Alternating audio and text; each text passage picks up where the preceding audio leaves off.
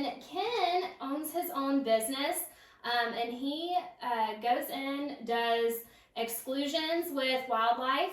And I brought him in today. He has worked on my own personal home, and he owns his own business here in Peachtree City and goes to surrounding areas, and he helps out with clients, folks in the area. And I thought he would be the perfect person to come on today and help us out and talk to us about home exclusions and vermin and all the critters and everything that comes along with that. And when you house hunt, you need someone like this. So without further ado, Ken, tell us a little bit about how long you've been in the business and about your business. Okay, thanks a lot for having me, Erica. Yeah. This is awesome. I've been in the business since 1996. I did pest control for 17 years, but I've been dealing with rats and mice since 96. But then I got interested in doing the wildlife stuff. It's a long story. Won't bore you with that. But in about 2003, I'll tell you, I'm going to tell you this. My youth pastor, I used to be a handyman on the side of my pest control job. And my youth pastor asked me, he said he was just quoted this number to get squirrels out of his attic. And I remember the number, when I remember he said he was quoted $2,100 to get a squirrel out of his attic. And I heard the $2,100. Yeah. And he says, that's something you can do. And I said, well, I've never done it before. Let me come and take a look. And I went to his house and I had a blast. It was on. It was me and that squirrel. I charged him $300 and sealed up his entire house for $300 and caught the squirrel. And that's what got me going with the wildlife stuff. It was so much fun. Again, it was me and that squirrel, and I like challenges. And it was, I actually just really enjoyed doing it. Yeah. That's what got me into the wildlife stuff. That's awesome. My youth pastor. Yeah. So, Ken, when you go out to homes, is it just you, or do you have a team of people that you use to do all the work? How does it work? If you get a phone call and someone says, I have droppings in my house, or I'm hearing a noise, what is the process from start to finish of how it works with you? Yeah, great question. I always start with, I do an inspection. That's the first thing we have to do. And I do have a crew. My son Gabriel's been with me 8 years.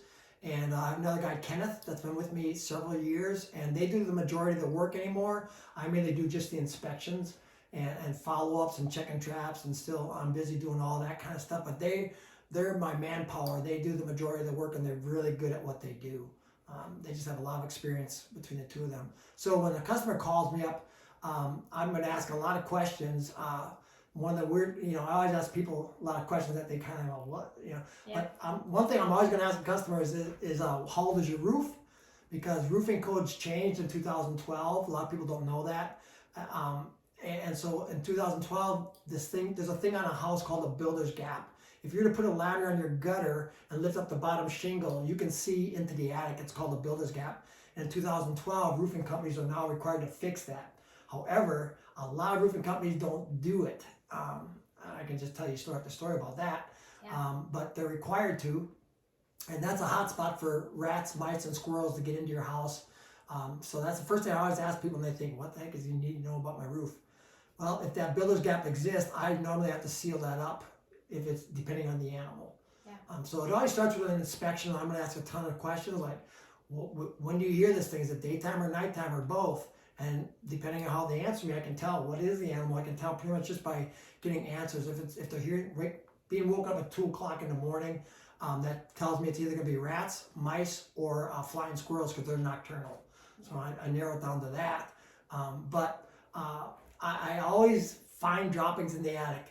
When I do an inspection, I start up in your attic first thing, and that's where I really look for stuff. I leave the lights off. Everybody always shows me, turns on the lights for me. I turn them off. I got really bright headlights, and that allows me to see the light coming in attics. So I always do an inspection, and I always look for droppings. I take classes on droppings. I meant to ask you this before we turn this on, but my customers always tell me I really know my shit. And it's because I take classes on it, and you have to know. I need to know it's a Norway rats or roof rats because you go at them differently, believe it or not. I need to know if it's flying squirrels or gray squirrels. They have different entry points. All animals have different behaviors and different entry points, and I just know them from all the experience. And so that's what I do. And one of the things that separates me from my competitors is that I think every one of my competitors has a form that they fill out. They do the exact same thing on every single house. No matter what the animal is, this is what they're gonna do. Boom, boom, boom, boom, boom. And that's why they do inspections so quickly. They're able to. They just same thing over and over. With me, I customize the treatment to whatever the animal is. That's what I'm dealing with. For example, if you had bats, let's just say with a bee, bats in your house, there's no need to seal up your crawl space vents. They're never going to come in there. There's no need to seal up the crawl door. There's no need to seal up the exterior corner vinyl trims because bats are never going to enter from there. They're always just going to come in high by your attic. So I one of the things is that I separates me is that I make my inspection, or I gear up the game plan for whatever the animal is, because they're just all different. Yeah. They just have different behaviors and they act differently and come in different places. Some entry points animals share, but a lot of times it's totally different things of where they're going to get into your house, and that's one of the things that separates a pest control company to a wildlife exclusion company, is that licensing is one thing. You have to be licensed for it, but pest control companies, not to throw anybody under the bus, Yeah. but oftentimes they just don't deal with critters. Yeah. Most times they don't, and a lot of them will just throw out poisons if it's a mouse or a rat, and hopefully, it's a quick, cheap thing to do. Just put that out there. I hardly ever use poisons. There's a time and a place for poisons, but it's rare that we are going to use it, because I've come behind so many companies that have put out poison and now it stinks in the house. There's flies all over the house. It's been stinking for 2 weeks.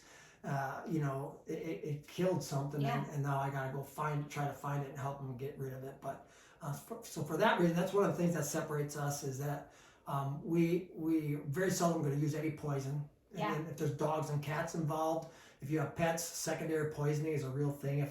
If you put out poison, a rat or a mouse eats that and dies, and your dog or cat gets a hold of it, I don't want to be responsible for that. Right. So there's a lot of things that separate us from regular pest control companies. But the biggest one I would say is that we secure the entry points. That's our expertise. I know where different animals, how they get into a home, and that's where we're going to focus, and that's what we're going to secure. If you don't do that, you're going to be forever catching mice and rats. I mean, it's just going to be until that door is closed, and all the doors are closed, those openings. Yeah. You're just going to continue to catch them. And I can speak from experience. So I had Ken out to my house, and we felt really gross, but Ken explained to me it's nothing that we were doing wrong. It's where we live. We had mice in our house, and I first heard our little friend in the wall, and then we found one in our living room running around, and he went into the kitchen. And my initial thought was, we already have a pest control company. They're coming out here anyways. Let's get them checked. And it was kind of night and day difference. And when they set up some little traps, it didn't work. They couldn't catch our furry friend. And when I called them back, they were like, you need to call Ken. And of course, I know your wife, Annie, and she's awesome. And I was texting Annie too, and I was like, I need your husband. I called you, and it was night and day difference from when Ken came over here, did the inspection, and he initially just picked up all these entry points that I would have never even thought of, like the HVAC cords coming into the house. And you did know your shit of all the droppings that you were seeing everywhere. And then the builder's gap, he said ours was probably the worst you'd ever seen when you walked ours. And then from the amount of times you guys came back out checking, I mean, just the weeks of coming back doing rechecks, and your son Gabriel was awesome too. And loved that. And then, do you have a warranty? Can you talk about your warranty with your work? Yeah, the warranty is you get a full year warranty. So if we miss something on your house, we're going to know within a month. We're just going to know, because it'll come back, it'll get back in. So you get a full year warranty. I offer that's on every animal I deal with, except for armadillos. Cannot guarantee a free ranging animal out there, but I've caught the heck out of armadillos. I'm just going to tell you, since 2021, I've been counting. I'm at 387 armadillos that we've caught. Wow. But yeah, you do get a full year warranty. We always do that for all the animals. Every house we seal up. And then if you want to continue the warranty, next year, a year later, you'll get an email from me to remind you it's been 1 year. And if you want to continue the warranty, I come out and I do an annual inspection at all the homes of the customers that want to keep another year warranty. And I inspect the attic and I inspect the exterior. and it costs, average of warranty is $250 a year. So it's your call. You get the first year, it's free. It's just free, and then after that, it's $250 for most homes. Yeah, and it works. We haven't had any other issues so far. So it's fantastic and well worth it. And Ken, what animals, vermin, what are the animals that you deal with? I deal with mice, rats, Norway rats, and roof rats. There's two types of rats in Georgia. There's no such thing as a wolf rat and all these made up names. Norway rats and roof rats. Flying squirrels, gray squirrels, and armadillos. Those are the animals I get most of the calls for. I don't deal with beavers just because I get one call a year. I have a son going to UGA. He's getting his master's in wildlife management. He's caught more beavers than I mean, it's called bobcats. I got stories about it. He's crazy. But those are the animals I mainly get calls for, and that's what I deal with. Yeah, that's it. And armadillos as well. Awesome. And then do you have a funny story, a gross story? I'm sure you have lots of stories. You'll have to tell me to shut up. I'll tell you one. Okay, I'll tell you this one. This lady called me up. She had bats in her house. BATS, flying bats, right? So she told me she had, and so I go there, do my inspection. I go up in the attic. Immediately I find droppings, and I can tell by the droppings it's not rats, it's bats. And I'm sorry, she told me she had bats, but it was rats. And so I do my inspection, and I really had to get her to understand why these entry points that I have to seal up are for rats, not for bats. There's just a big difference. And she just was in denial. She's just like, no way do I have rats in my house.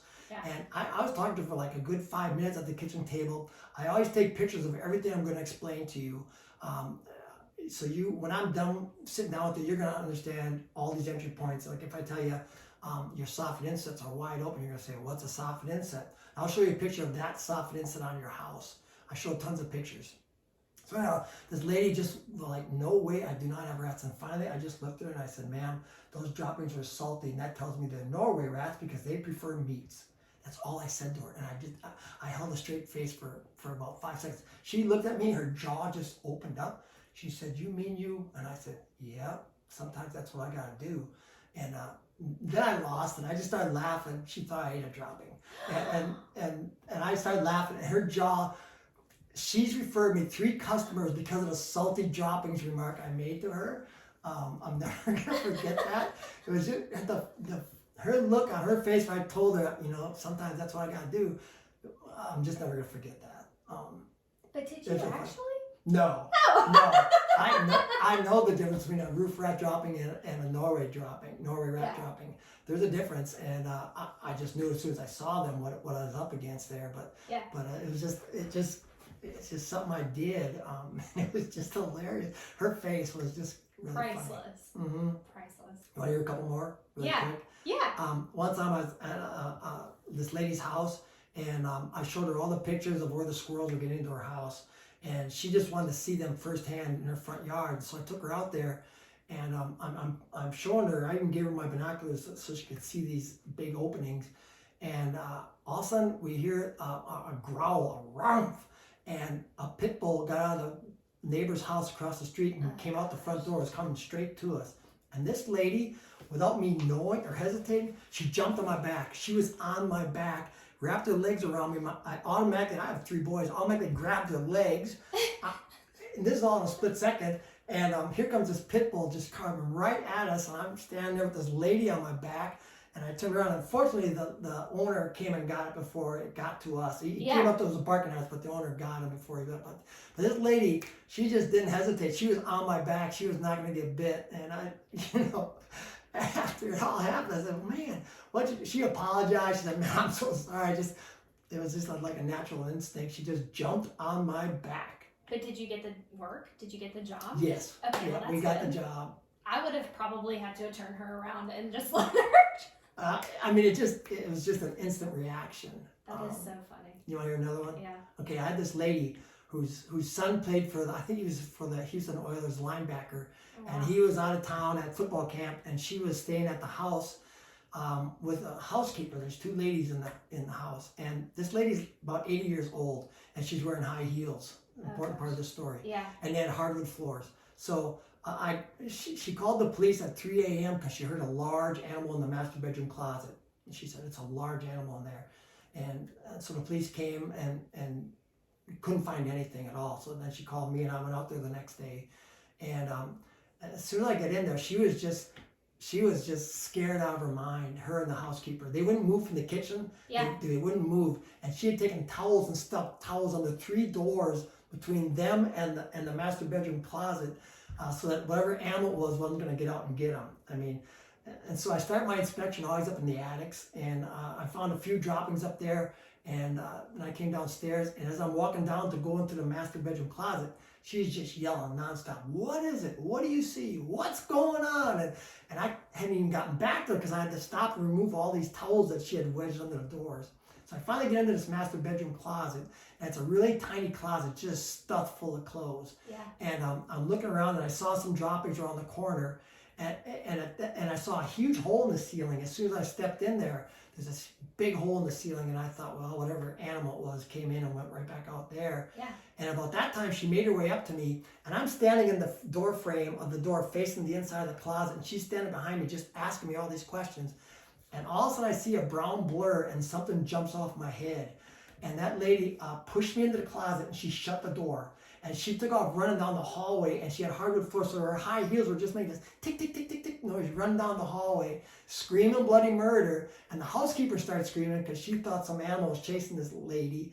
And meanwhile, I'm in this closet with an animal that just bounced off my head. And I looked, what do I have? I had a screwdriver and a flashlight. That's all I had on me.